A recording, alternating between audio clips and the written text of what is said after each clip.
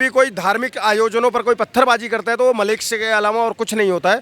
वो लोग वहाँ पे पत्थरबाजी करते हैं, खुशबू के ऊपर जानलेवा अटैक होता है और उसके बाद में उल्टा पुलिस उसी को अरेस्ट करती है, क्योंकि वहाँ पर ये नैरेटिव गढ़ दिया जाता है कि खुशबू ने गलत किया। और क्या खुशबू पत्थरबाजी कर रही थी? वहाँ पे ये बोल रहे हैं कि भीड़ ये बोल रही थी खुशबू पांडे को गाड़ी से निकालो, उसको जलाना है। खुशबू पांडे के समर्थन में, क्योंकि खुशबू पांडे फंसाई जा रही है। खुशबू पांडे को जबरदस्ती फ्रिंज एलिमेंट बताया जा रहा है, जबकि जिहादी मानसिकता के लोग, वामपंथी विचारधारा के लोग खुशबू पांडे के खिलाफ षड्यंत्र रचकर उसको फंसाकर जेल में पहुंचाए हैं। सवे बारात के दिन पूरे का पूरा मेट्रो हाईजैक कर लिया उन्होंने।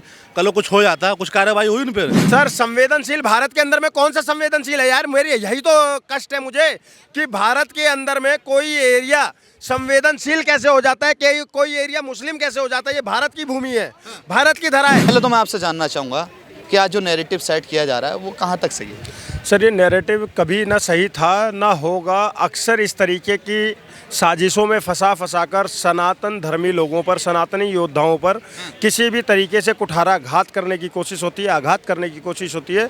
और उनको फंसाने की जालसाजी आज से नहीं चली आ रही है, ये काफ़ी समय से चली आ रही है।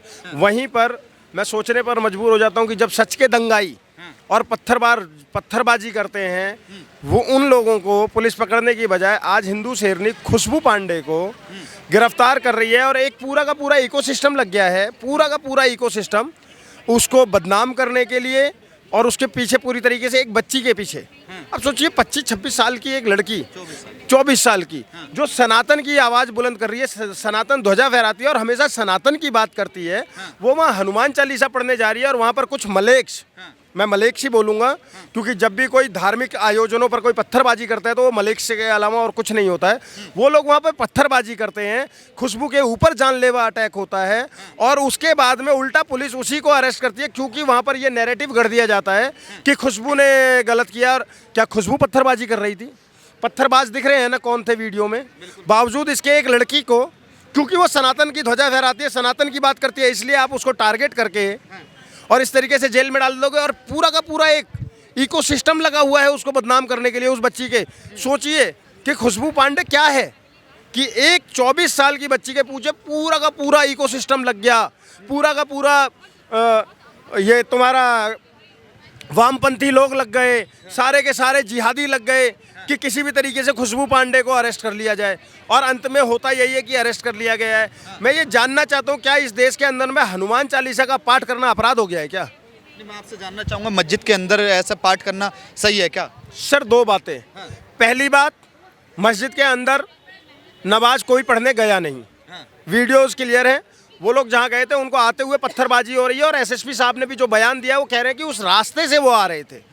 तो मस्जिद के अंदर तो कोई संवेदनशील इलाका। सर, संवेदनशील भारत के अंदर में कौन सा संवेदनशील है यार? मेरी यही तो कष्ट है मुझे कि भारत के अंदर में कोई एरिया संवेदनशील कैसे हो जाता है, कि कोई एरिया मुस्लिम कैसे हो जाता है। ये भारत की भूमि है, भारत की धरा है। यहाँ पर अब बहुसंख्यक सनातनियों को जाने आने में ये सोचना पड़ेगा कि ये फलाना एरिया संवेदनशील है और ये फलाना एरिया अच्छा है। क्या दोगलापन है भाई साहब, ये चीज़ें नहीं चलेंगी। देखो, हमारे सनातनियों को इसी तरीके, पहले मनीष कश्यप को इसी तरीके से झूठे केस में फंसाकर लगभग 2.5 साल तक जेल में रखा गया।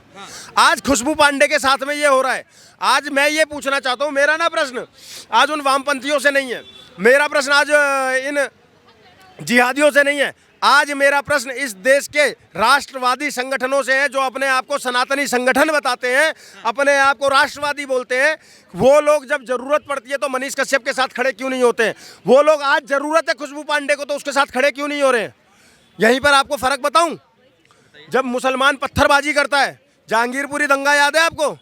हनुमान जी की शोभा यात्रा, हनुमान जयंती पर शोभा यात्रा पर पथराव होता है और वो कबाड़ी का काम करने वाला मुस्लिम, उसके लिए इस देश का सबसे महंगा वकील सुप्रीम कोर्ट में जाकर जमानत की अर्जी के लिए खड़ा हो जाता है। ये तंत्र है उनके पास में, ये इकोसिस्टम है उनके पास में। क्या बहन खुशबू पांडे के लिए कोई ऐसा देश का सनातनी वकील नहीं है जो खड़ा हो सकता है, उसकी जमानत कराए? या ये सनातनी संस्थाएं, ये सारे ये लोग कहाँ चले गए हैं? इनको सबको एक सुर में आना चाहिए खुशबू पांडे के समर्थन में, क्योंकि खुशबू पांडे फंसाई जा रही है। खुशबू पांडे को जबरदस्ती फ्रिंज एलिमेंट बताया जा रहा है, जबकि जिहादी मानसिकता के लोग, वामपंथी विचारधारा के लोग खुशबू पांडे के खिलाफ षड्यंत्र रचकर उसको फंसाकर जेल में पहुंचाए हैं।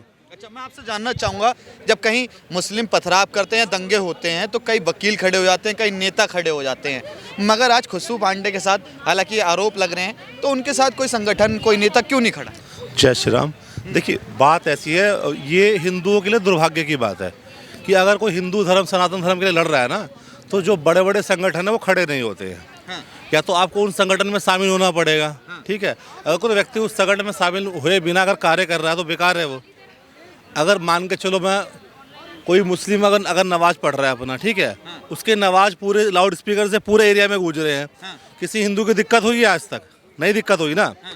हमारा हनुमान चालीसा चला तो उनको क्या दिक्कत होगा? हनुमान चालीसा, हनुमान जी हमारे लिए पूज्य है। हम ये थोड़ा ना बोले कि तुम हनुमान चालीसा पढ़ो, मगर हम लोग गा रहे हैं तो आपको क्या दिक्कत होगी? अगर मस्जिद के सामने से चला गई हनुमान चालीसा तो क्या दिक्कत हो जाएगी बताओ? धर्म खतरे में आ जाएगा इससे।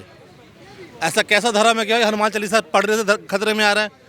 और वहाँ पे आसपास के लोगों से मेरी बात हुई है, वहाँ पे ये बोल रहे हैं कि भीड़ ये बोल रही थी खुशबू पांडे को गाड़ी से निकालो, उसको जलाना है। अच्छा, ये वहाँ ग्राउंड पे जो लोग थे ना, मैं बिहार से हूँ, मैं बता रहा हूँ, ये वहाँ पे लोग ये बोल रहे थे खुशबू पांडे को बाहर निकालो, जलाना है। ऐसा क्या कर दिया यार, हनुमान चालीसा पढ़ के उसको जलाना पड़ रहा है और उल्टा पुलिस उसको अरेस्ट कर रही है यार। दंगे हो गए हैं वहाँ पर, इंटरनेट सुविधाएं बंद करी गई हैं, अन्य सुविधाएं बंद करी गई हैं, रोड सुनसान है वहाँ पर। अरे तो ये आतंकवादी है क्या? इंटरनेट बंद कर रहे हो आप? ये हैं आतंकवादी है इस संगठन में? ट्रीट तो वैसे कर ही रहे भाई। अब इनको देखो, कहीं ना कहीं इनको सनातन धर्म को दबाने वाले बहुत से लोग, वहाँ के मैंने एसएसपी का बयान सुना है, तो वो कह रहे संवेदनशील एरिया में नहीं जाना चाहिए था और इस एरिया में नहीं जाना। अबे कहाँ जाएंगे फिर भाई? मान के चलो, अगर यहाँ मस्जिद तो व्यक्ति जाएगा नहीं वहाँ पे, वो रोड क्रॉस नहीं करेगा वहाँ पे। क्या वहाँ गोला बारूद चलता है क्या मस्जिद से? ये आप मस्जिद के बाहर से चलोगे तो आपको उड़ा दिया जाएगा। अरे संवेदनशील कहाँ से हो गया यार? आप जैसे अपने भाई ने अभी बात बताई, संवेदनशील एरिया कैसे होता है? अगर यहाँ पे हनुमान मंदिर है, ठीक है, अगर कोई यहाँ से मुस्लिम जा रहा था, क्या पकड़ के मारेंगे उसको? अब जब बात का जवाब दो आप। या इतने अगर अल्लाह अकबर के नारे लगाते हुए जाएगा तो आप कुछ ना कुछ कहेंगे ना उससे। अरे वो कहे, अरे आज तक कितने लोगों ने लगाया? अब मेट्रो पे अभी इतने सारे घुस गए थे जिहादी वहाँ पे, किसने कुछ बोला उनको? कोई कार्रवाई हुई उन पे? सवे बारात के दिन पूरे का पूरा मेट्रो हाईजैक कर लिया उन्होंने।